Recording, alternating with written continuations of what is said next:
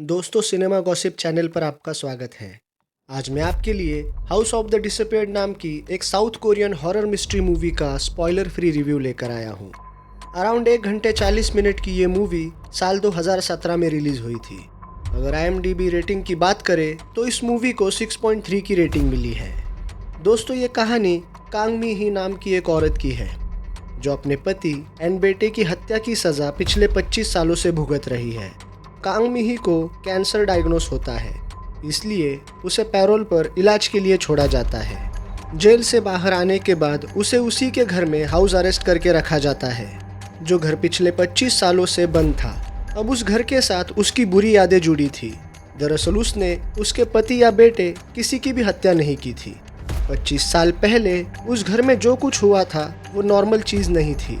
Kong का पति police detective था, जिसकी पोस्टिंग उस टाउन में हुई थी और वो उस घर में रिसेंटली अपने 2 बेटों के साथ शिफ्ट हुई थी। शुरुआत से ही कांग को उस घर में किसी के होने का एहसास होता है। लाइक घर के अंदर उसे किसी के चलने की आवाज़ आती है। कभी कभी ऐसा लगता है कि बच्चे आपस में कुछ बातें कर रहे हैं वगैरह वगैरह, और वो उन चीज़ों पर ध्यान नहीं देती। लेकिन ऐसे ही कुछ दिन बीत जाते हैं एंड उसे घर के अंदर कुछ लोग दिखाई देने लगते हैं जो उसे घर से जाने के लिए कहते हैं, जिस वजह से कांग परेशान रहने लगती है। बिकॉज वो लोग इंसान नहीं थे बल्कि आत्माएं थी जो उस घर में भटक रही थी। कुछ दिन गुजर जाते हैं एंड एक दिन उसका छोटा बेटा एक हादसे में मारा जाता है, जिसके बाद उसका परिवार बिखर जाता है। इस हादसे के कुछ दिनों बाद ही उसके घर में भटकने वाली आत्माएं उसके पति को मारकर बेसमेंट के अंदर एक दरवाजे से आकर उसके बड़े बेटे को उठाकर ले जाती है। कांग ये बात पुलिस को बताती है और उसकी इस बात पर कोई यकीन नहीं करता एंड उसे सज़ा हो जाती है। अब 25 साल बाद जेल से वापस बाहर आकर वो पता लगाना चाहती थी कि आखिर उसके साथ उस रात क्या हुआ था एंड उसका बेटा कहाँ गायब हुआ। वो ठान लेती है कि वो उसके बेटे को वापस लेकर आएगी, लेकिन ये जितना आसान दिखता था उतना आसान नहीं था। बिकॉज उसे उस घर के या वहाँ रहने वाली आत्माओं के बारे में कोई जानकारी नहीं थी। तब उस टाउन का एक प्रीस्ट उसकी मदद करता है ये जानकारी जुटाने के लिए, जिससे उसे पता चलता है कि उस घर में कई सारे लोग आज से पहले भी गायब हो चुके हैं। और ख़ास बात ये थी कि हर 25 साल बाद ऐसा हो रहा था। उस घर में रहने वाले लोग इसी तरह से पहले भी गायब हो गए थे एंड अब तक ऐसा 2 बार हो चुका था। ये जानकारी मिलने के बाद प्रीस्ट और कांग दोनों के सर घूम जाते हैं। अब उस घर की क्या कहानी थी, उस घर में ऐसा क्या था जो हर 25 साल बाद वहाँ से लोग गायब हो रहे थे।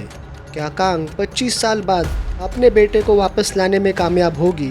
वेल, इन्हीं सारे सवालों के जवाब आपको इस मूवी में मिलेंगे। दोस्तों, इस मूवी की कहानी काफ़ी इंटरेस्टिंग है, लेकिन साथ ही कंफ्यूजिंग भी है। इस टाइप की मूवीज़ की सबसे बड़ी प्रॉब्लम होती है इसकी पेस। ये मूवीज़ आराम से चलती है, सो आपको पेशेंस के साथ इन मूवीज़ को देखना पड़ता है, तभी आपको कहानी समझ में आती है। इस मूवी में आपको बहुत सारे ट्विस्ट एंड टर्न्स मिलेंगे जो आपका मूवी देखने का मज़ा और बढ़ाएंगे। दोस्तों, हो सकता है आपको इस मूवी को देखते हुए इंसीडियस मूवी की वाइब्स आए। अब मैं ऐसा क्यों कह रहा हूँ ये जानने के लिए आपको इस मूवी को देखना पड़ेगा। अगर मैं ज़्यादा कुछ बताऊँगा तो आपका मूवी देखने का मज़ा ख़राब हो जाएगा। अगर आप कोरियन हॉरर ड्रामा या मूवीज़ के फैंस हो तो ये मूवी आपको मिस नहीं करनी चाहिए। एंड हाँ, ये मूवी आप अपनी फैमिली के साथ देख सकते हो। अगर रेटिंग की बात करें तो मैं इस मूवी को 3 स्टार्स की रेटिंग देता हूँ। अगर आप इस मूवी को देख चुके हो तो आप अपने थॉट्स हमारे साथ शेयर कर सकते हैं। बाकी ऐसे ही मूवीज़ एंड सीरीज़ रिव्यू के लिए हमारे चैनल को सब्सक्राइब करके हमें सपोर्ट कीजिए। मिलते हैं आपसे अगले वीडियो में।